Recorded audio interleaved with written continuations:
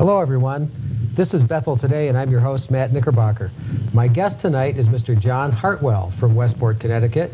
John is the Democratic candidate for the 26th Senate District in the state of Connecticut, coming up at the elections this fall.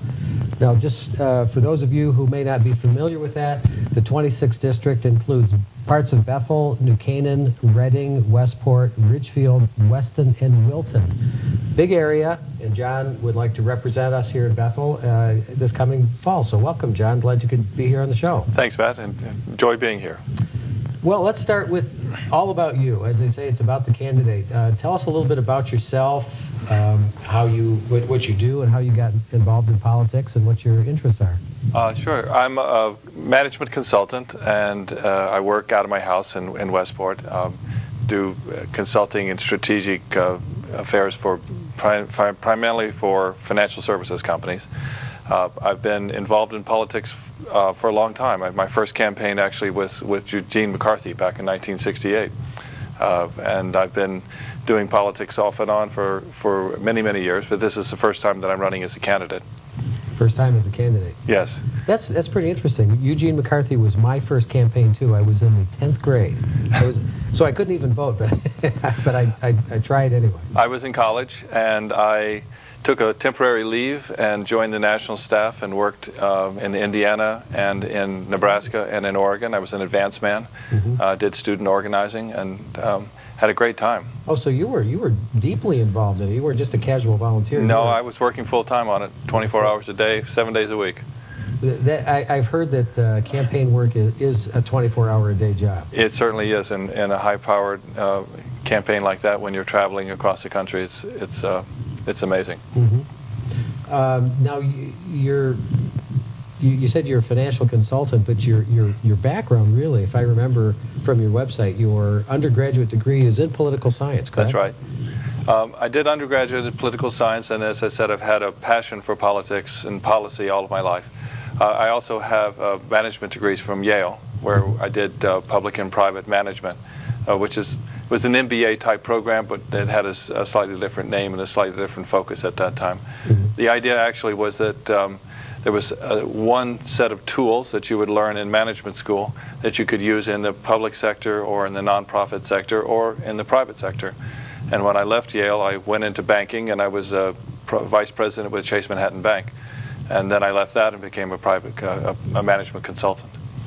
Well, in that period of time, though, you had quite a varied experience as a bank vice president, if I recall, correct? Yes. I worked both in the United States and overseas. I ran a branch at one time. I did customer service work in terms of strategy for the bank. We did mergers and acquisitions. We did a lot of different things inside the bank. So I had a very interesting career.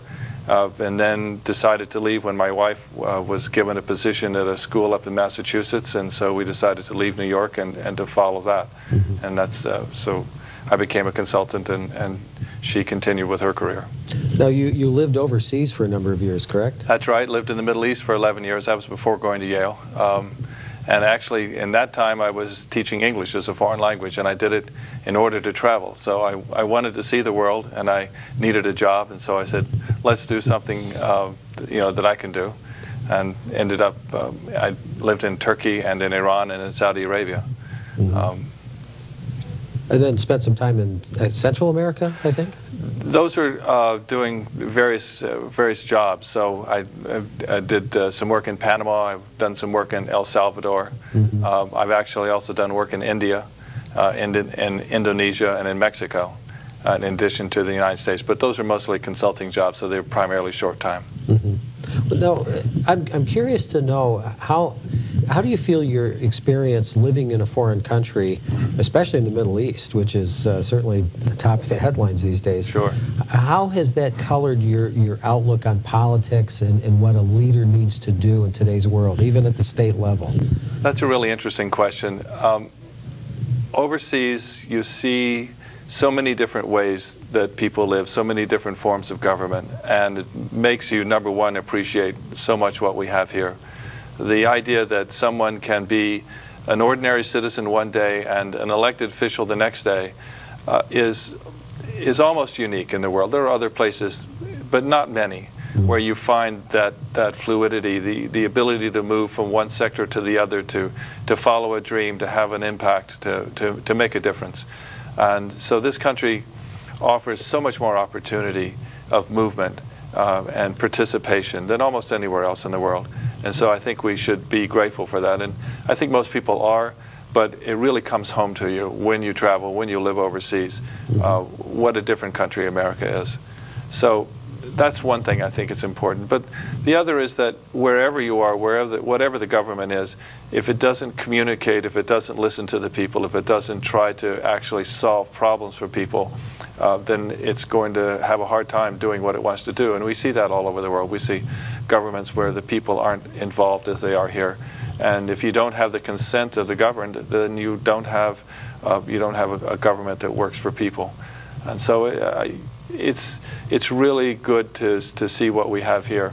And actually, it's very interesting because here in Connecticut, we've actually taken a step forward beyond almost any other state in the nation.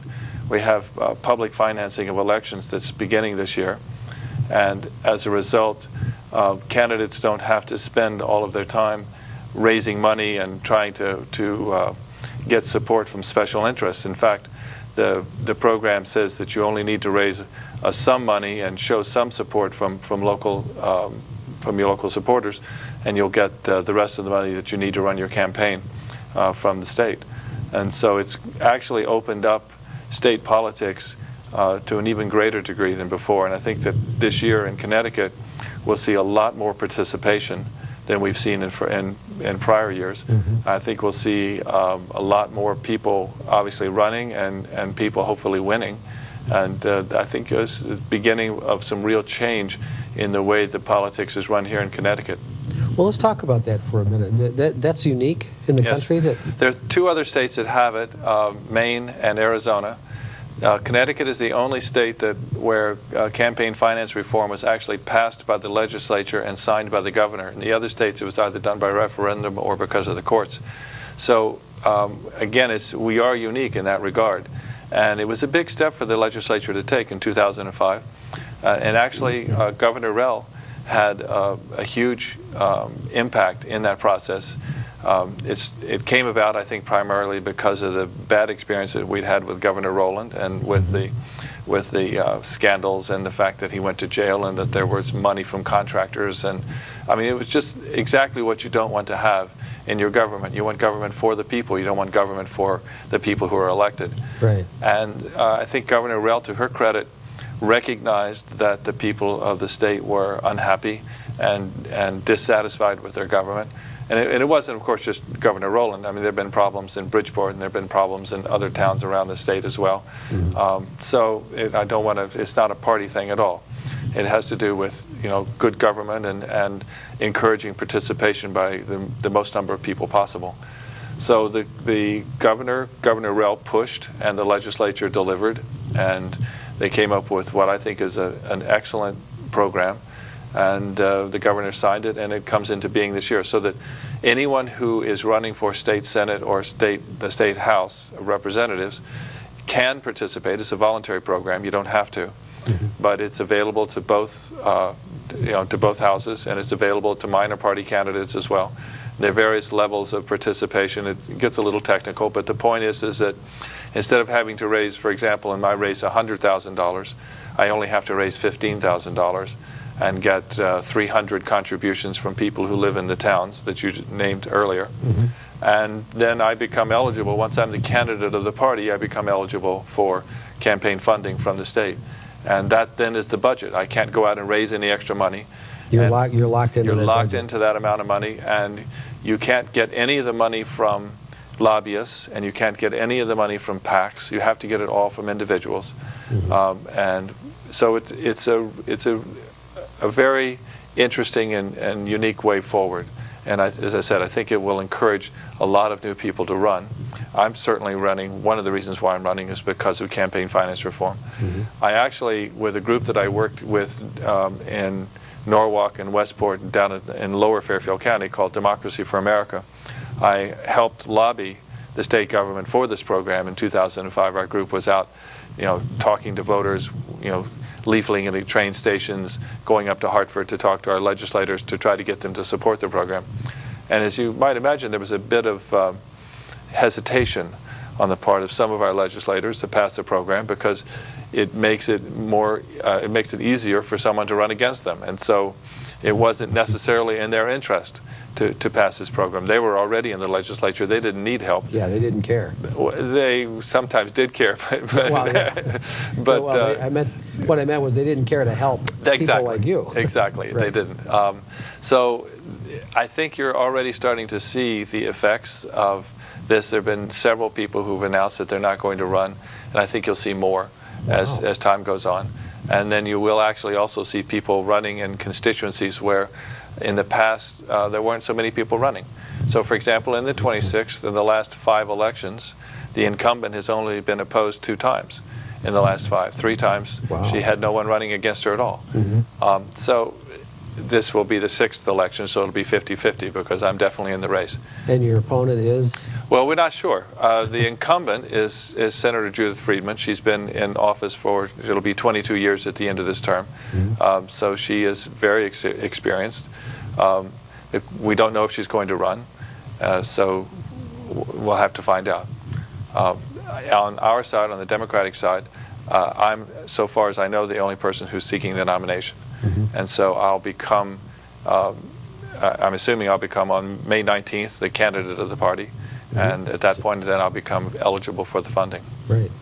Well, now this campaign financing law, this is really a revolutionary concept because one of the things that causes voters to become jaded, among other things, is the fact that they perceive that only very wealthy people can run for office, or you have to line up support from political committees and corporations, and then you're beholden to them. So this is really a first ever experiment. And when we were fighting for it, we called it clean elections. Oh, good word. And the idea was to take out all the dirty money. And that's exactly what it does. And you don't have to participate in the program. It is voluntary. But it's not to your advantage to go and raise money on your own. It would take you a lot of money to overcome someone who's getting funding from the state. So it's a very strong program. I think you'll see virtually everyone using it. And we'll see how it goes, but I don't see any downside. Now, how much money does the state kick in? Once you reach your goal of 15,300 individuals? No corporations? Oh, no. Well, the corporations are always banned from giving. But what is also taken out are lobbyists. Individual lobbyists can't give. People and their families can't give. State contractors can't give. And PACs can't give. Political action committees can no longer give you money if you're a part of the program. So once I raise the 15,000, and actually I have more than 15,000, I'm pretty much done with my fundraising. Once I qualify, then the state will give me $85,000 more, and I will have $100,000 to run with. And I know now what my budget is.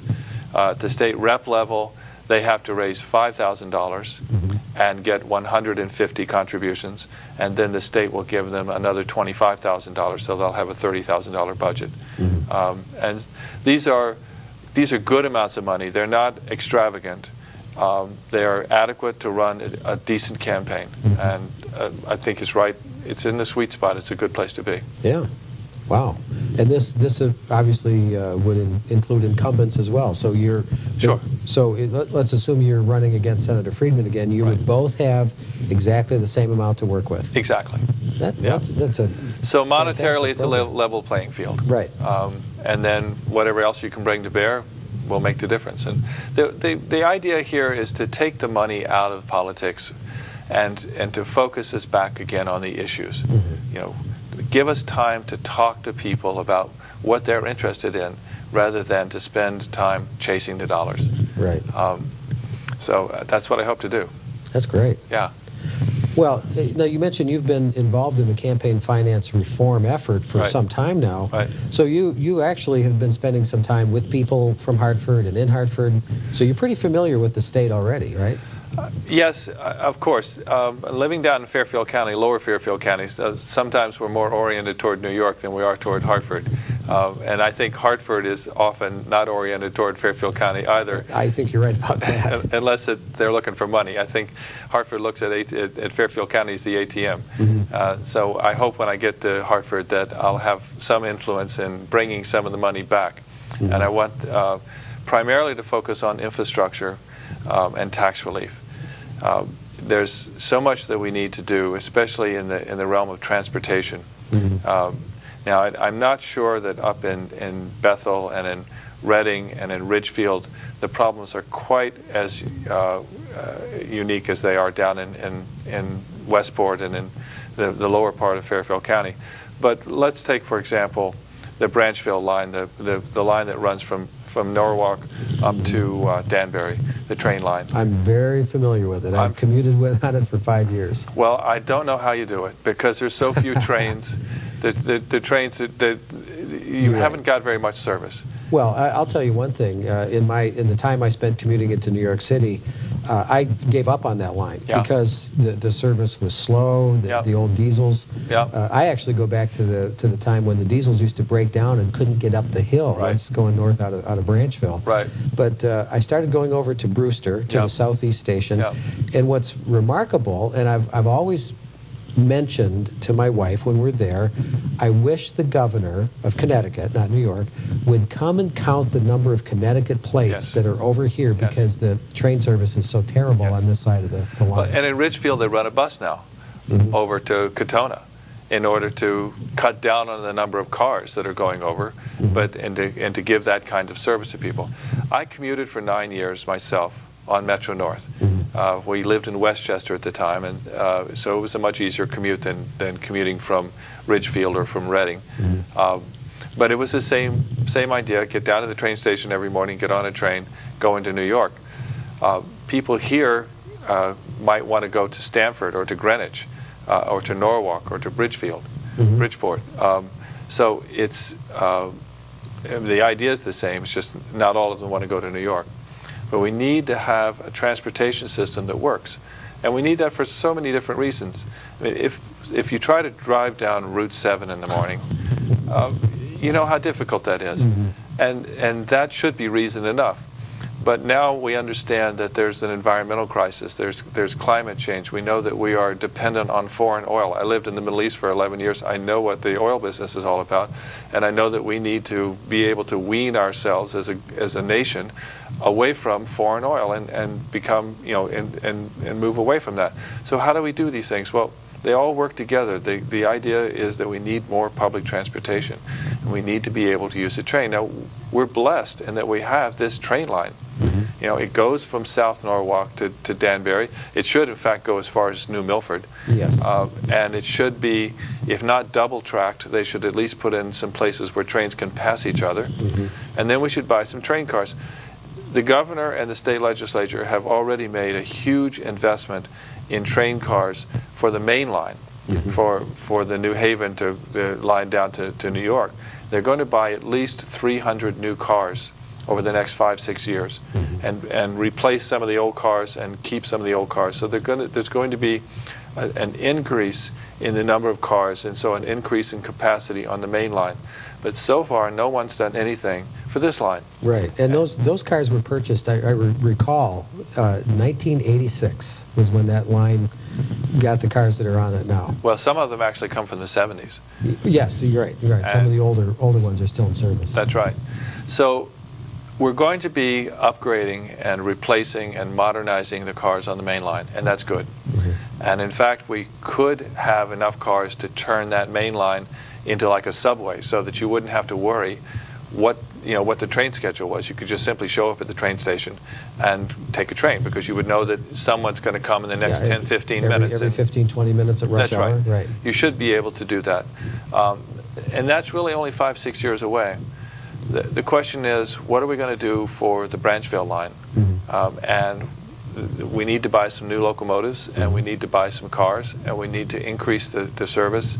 We also need to lay on some new track so that the trains can pass each other, and there need to be new signals. And what we don't see today is an integrated approach to transportation by the department that's supposed to be handling this. The Department of Transportation is supposed to be doing this. And they look at roads and they look at the railroad, but they don't look at it together. So we have Route 7 here, and there are some projects underway, as you may know, to upgrade Route 7. But in fact, they have not yet come anywhere close to finishing those projects. That's for sure. Down in Wilton, it's all torn up at the moment. They're making progress. They're working hard on it down there. There's another project that's going to be done up in Ridgefield, between Ridgefield and Danbury. There's a project there's out for bid, but it's for some reason delayed. It was supposed to start this year. It'll maybe start next year. But then there's a whole stretch in between Ridgefield and Wilton where in fact there is no major plan yet, so it's still going to be a 2-lane road. Right. It goes from 4 lanes to 2 and then into the construction. That's right. My last drive from Danbury down to Norwalk took an hour and 40 minutes. Exactly. It was ridiculous. It is. It is. And it'll go on for years too. It's nowhere near being done. It will. And so we need to give the Department of Transportation a sense of urgency to get this done. And why is this important? Because Fairfield County is the economic engine of the state. This is where people make the most money, where the taxes are paid. 40% of the income tax in the state of Connecticut comes out of Fairfield County. So we are, in fact, the economic engine of the state, and we need to continue to invest. Now, you know, if you looked at the population of Ridgefield 40 years ago, 50 years ago, it was under 5,000 people. Today it's over 25,000 people. If you look at the growth pattern, it's north of Danbury, up in New Milford. A lot of people are moving up there, but their jobs are down in Stamford and in Greenwich and in Norwalk, and they have to get to work. So we have to provide people with the means to get to work. And so part of it is widening Route 7. But we're not going to put in a Super 7. We're not going to put in a super highway. That is... that plan died decades ago. And it should. It's a plan from the 20th century. The 21st century is, let's get the trains up and running. Right. Because, and you know, we have them, we should use them. Let's transition to another real hot issue with the state of Connecticut, education. Yes. Connecticut loses a vast portion of its college graduates to other states. What do we need to do to fix that? Actually, it loses them before they go to college. It loses them as they go to college. They go away to college. They go away to college. Connecticut has the second highest percentage of its high school graduates who leave the state to go to college. Only Alaska sends a higher percentage of its students out of state. So, for obvious reasons. Well, exactly, for obvious reasons. But then you look at some other states, you know, Montana and Idaho and North Dakota all keep a higher percentage of their students in state to go to college. Now, Michigan keeps them all in state. Sure. Fantastic now, system. We've got a good school here at UConn. It's gotten a whole lot better in the last few years, and they've made a tremendous amount of investment in it, and I think the school is doing very much better. And we also have an extensive community college system, which in some of them are quite good, some of them need improvement. And then we also have some very strong independent schools. Obviously, Yale is one of them, Trinity, Conn College, these are all good schools. Wesleyan, fabulous schools. But the point is that we lose our kids. Most of them are leaving the state to go to college. Then they stay out of state for their first jobs. And they can't afford to come back to live here because the housing prices, especially here in Fairfield County, are so high. And the gap between what's the median housing price and the median income has gotten so big that it's very, very difficult for people to have houses here. So we need to do something to encourage more starter houses, more construction of lower cost housing for young families, which will help provide, you know, a place for people to live. And the kinds of housing we need would be for kids coming back from school, for policemen and fire and teachers and people who work for the towns. Necessary services. Necessary services. And right now, in Guilford, they've had to professionalize their fire department because they don't have enough people who are willing to be volunteer firemen. And, you know, if someone moves back into the district and they're 42 years old, and they're a mid-level executive in a financial services company, and they've got a couple kids, and the wife is working. That's not prime material for your volunteer fire department. No, that's very difficult. Bethel is probably not too far down that road, as a matter of fact. Well, then that has a huge impact on your property taxes, because you've got to pay for a new service. And it also has, by the way, an impact on your transportation, because if those people are living somewhere else, like a fireman who works in Bethel but lives in Putnam County, New York, then they're having to commute here. Right. And so they're on the roads. Right. And now we're talking about transportation again. Right. So these problems are all interconnected, and we need to take a look at what's the infrastructure need for Fairfield County, so that we can work on these problems all at one time. Excellent. Well, in the last minute or so that we have left on the show, any closing thoughts? I do know one thing. I would like to encourage our viewers to visit your website, John Hartwell 2008. That's right. You can find it on Google, and contribute the last few dollars to the campaign to get you over that level and get you into the state funding, fully state-funded campaign. I think that 2008 is going to be, has been already, an exciting year. And whatever your politics, I hope people will get involved and will pick a candidate, go to work for the candidate, and help them get elected, and take a real interest in what's going on. It's a participatory process. It definitely is. It's the greatest in the world, greatest in history. John, thank you so much for being on the show. Well, thank you. My guest tonight has been John Hartwell, candidate for the 26th Senate District, coming up this fall in Connecticut. And we wish John the best. Thank you very much. Thank you very much. You've been watching Bethel Today. I'm Matt Knickerbocker, and I hope you'll join us again sometime very soon. We're sponsored by the Bethel Democratic Town Committee. Thanks for watching. Have a great night.